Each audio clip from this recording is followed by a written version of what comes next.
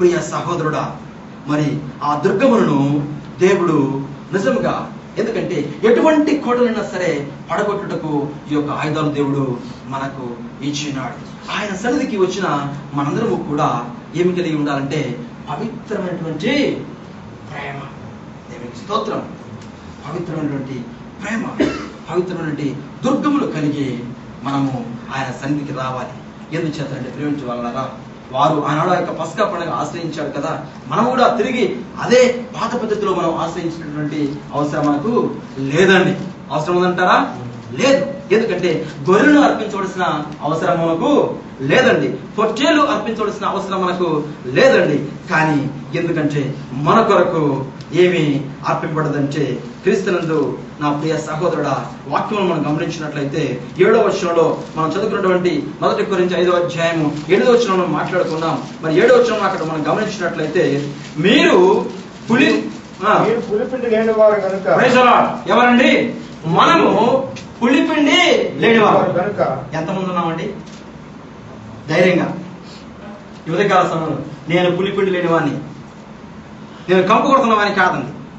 వాక్యం వింటున్నా నా ప్రియ సహోదరుడా, నేను పులిపిండి అంటాడు అపోస్తలుడు పౌలుడు. మనము, దేవునికి స్తోత్రములు, మనం ఎప్పుడు కడగబడ్డాము.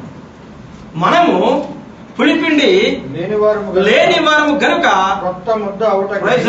కొత్త సృష్టి అగుటకై, దేవునికి స్తోత్రములు, పాతవి గతించను సమస్తము క్రొత్త వాయని వాక్యము సెలవిస్తున్నది. ఆ పాతదైన పులిపిండిని తీసి పారవేడి. ఒకవేళ ఇంకను, దేవునికి స్తోత్రములు, ఈ ఉదయకాల సమయంలో వాక్యం వింటున్న నా ప్రియ సహోదరుడా, ఒకవేళ నీ జీవితంలో ఇంకను ఏదైనా పులిపిండి ఉన్నట్లయితే మనము కొత్త ముద్ద అగుటకై, ఒక నూతన సృష్టిగా చేయబడుటకై, దేవునిలో ఆయన యొక్క కవచములు ధరించుకుని లోకంలో జీవించిన కొరకై మనందరము కూడా కొత్త ముద్ద అగుటకై ఆ పాతదైనటువంటి పిండిని మనము తీసి పారవేయడి. తీసేద్దామా?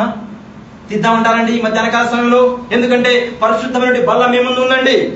మీరందరూ ఈనాడు ఈ సమయంలో దాన్ని సమీపించలే ఉన్నారు కనుక, సమీపించబోయేవారు ముందు, మీరు త్వరపడే ముందు కదా, మనం ఇప్పుడు త్వరపడాలి కదండి, త్వరపడే ముందు ఏం చేయాలంటే పారవేద్దాం, పెరికి పారవేద్దాం.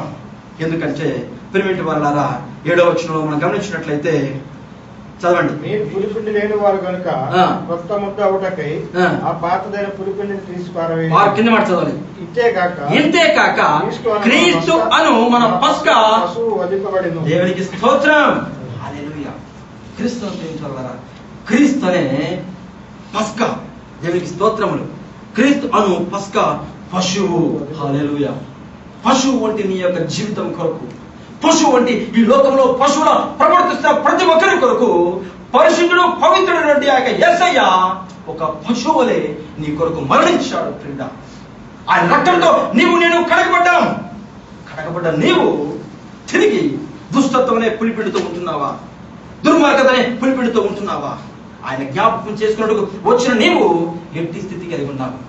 ఆనాడు దర్శనక్రాంతుడుగా నీ కొరకు వేదన ఇచ్చాడు. ఈ యొక్క శ్రమ దినాల్లో మనం అనేక రీతిగా దేవుని వాక్యాన్ని మనం జ్ఞాపకం చేసుకుంటాం. శ్రమ దినాన్ని జ్ఞాపకం చేసుకోవడం కాదు, కానీ ఇటువంటి వల్లరా మన జీవితం ఎలా ఉన్నదో మనము జ్ఞాపకం చేసుకొని మనం ఈ ఉదయకాల సమయంలో దాన్ని పెరికి పారేద్దాం, తీసి పారేద్దాం. ప్రభువా, తండ్రి, నా జీవితంలో ఎగ్గను పులిసిన పిండి ఉన్నది కనుక ఈ ఉదయకాల సమయంలో నేను కొత్త ముద్ర అవ్వాలని కోరుకుంటున్నాను. ఒక నూతన సృష్టిగా నేను మారాలనుకుంటున్నాను. ప్రభువా, నా నుండి పులిపిండిని తీసివేయండి అని చెప్పేసి అందరము ప్రభు సన్నిధిలో మరి ఆయన జ్ఞాపకం చేసుకుంటూ మోకాళ్ళు ఉందాం. అందరం జ్ఞాపకం చేసుకుందాం. నీవు కన్నీరు విడుచుట నేను చూచుటని వాక్యం సెలవిస్తున్నా. నా ప్రియ సహోదరుడా, పరిశుద్ధమైనటువంటి సమయంలోకి నీవు వచ్చి ఉన్నావు. ఆయన జ్ఞాపకం చేసినట్టు నువ్వు వచ్చి ఉన్నావు.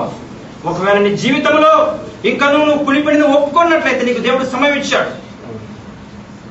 ఆయన పెరిగి వేయక ముందే నువ్వు జ్ఞాపకం చేసుకో. ఆనాడు ఇశ్రాయేలు పెరిగి వేస్తానని చెప్పిన దేవుడు, ఇశ్రాయేల్ సర్వ సమాజం నుండి నేను వారిని పెరిగి వేస్తాను. ఎవరైనా పులిపిండితో ఒకవేళ ఈ పండుగను ఆచరించినట్లయితే, ఈ పండుగను చేసినట్లయితే పెరిగి వేస్తానంటున్నాడు. అదే విధంగా పస్కా పశువు, యేసయ్య పశువులే నీ కొరకు నాకు వధింపబడ్డాడు ఆయన. అయితే ఒకవేళ తిరిగి ఇంకను ఆ యొక్క పులిపిండిలో ఉన్నట్లయితే దేవుడు నేను ఏమాత్రము క్షమించేవాడిగా ఉన్నాడు. ఒకవేళ నువ్వు ఒప్పుకుంటే ఉదయకాల సమయంలో ఆయన దయగలవాడు, కృపగలవాడు కనుక, వేలకు కృప చూపు దేవుడు కనుక నిన్ను క్షమిస్తాడు. నిన్ను కొత్త ముద్దగా ఆయన చేటుకు సిద్ధముగా ఉన్నాడు. కొత్త ముద్దలైన నీవు, నూతన సృష్టి అయిన నీవు ఆ యొక్క పవిత్రమైన బలలో నీవు పాలు పొందుటకు నీవు అర్హుడు కనుక మనల్ని మనం పరీక్షించుకుందాం, ఆయన జ్ఞాపకం చేసుకుందాం. అందులో తల వంచండి, దేవుణ్ణి మహింపరచండి. ముందు పాపంలో ఒప్పుకోవాలి. మొట్టమొదటిసారిగా ఆయన మహింపరిచే ముందు పాపంలో ఒప్పుకుందాం. ఏ పులిపిండి మన జీవితంలో ఉన్నదో, ఎక్కడ పులిసిపోయిందో, ఎక్కడ ఏ పనిలో కంపు కొడుతుందో మనం గమనించుకుందాం, ప్రార్థన చేసుకుందాం. ప్రార్థన చేయండి, దేవుడి సన్నిధిలో క్షమాపణ కోరుకుందాం. కొత్త ముద్ద కావాలని కోరుకుందాం. ప్రియుడా, కొత్త ముద్ద కావాలని కోరుకుందాం. కొత్త ముద్ద కావాలని కోరుకుందాం. జ్ఞాపకం చేసుకుందాం. ఆయన జ్ఞాపకం చేసుకుందాం. ప్రభువా, నువ్వు చేసిన కార్యములు గొప్పవి తండ్రి. ప్రభువా, నా పాపములు నిమిత్తము తండ్రి, నీవు పస్కా అయ్యా బలి పశువు అనే ప్రభువా తండ్రి, అయ్యా వధింపబడ్డావు తండ్రి. మనకు తెలుసు ప్రేమించుకోవాలి. మనం కూడా గతంలో మనకి ఆచారం ప్రకారము పశువును వధించినప్పుడు ఆ పశువు ఎలా గిలగిలా కొట్టుకుంటుందో మనకు తెలుసు ప్రియుడా. కానీ యేసయ్య పవిత్రుడు, నిష్కలంకమైన వాడు, నీ కొరకు నా కొరకు మరి వధింపబడిన సమయంలో ఆయన మాట మాత్రం మాట్లాడలేదు, మౌనముగా ఉన్నాడు. నీ కొరకు కనిపెట్టాడు. ఇప్పుడైనా ఈ బండబారిన జీవితము, ఇప్పుడైనా ఈ కఠినమైన జీవితము, ఇప్పుడైనా హింసించే జీవితము, ఇప్పుడైనా దుర్మార్గపు జీవితము మారదా, నన్ను చూసైనా సరే అని చెప్పి ఆయన మన కొరకు చూశాడు ప్రియుడా. కనుక మన పాపం ఒప్పుకుందాం.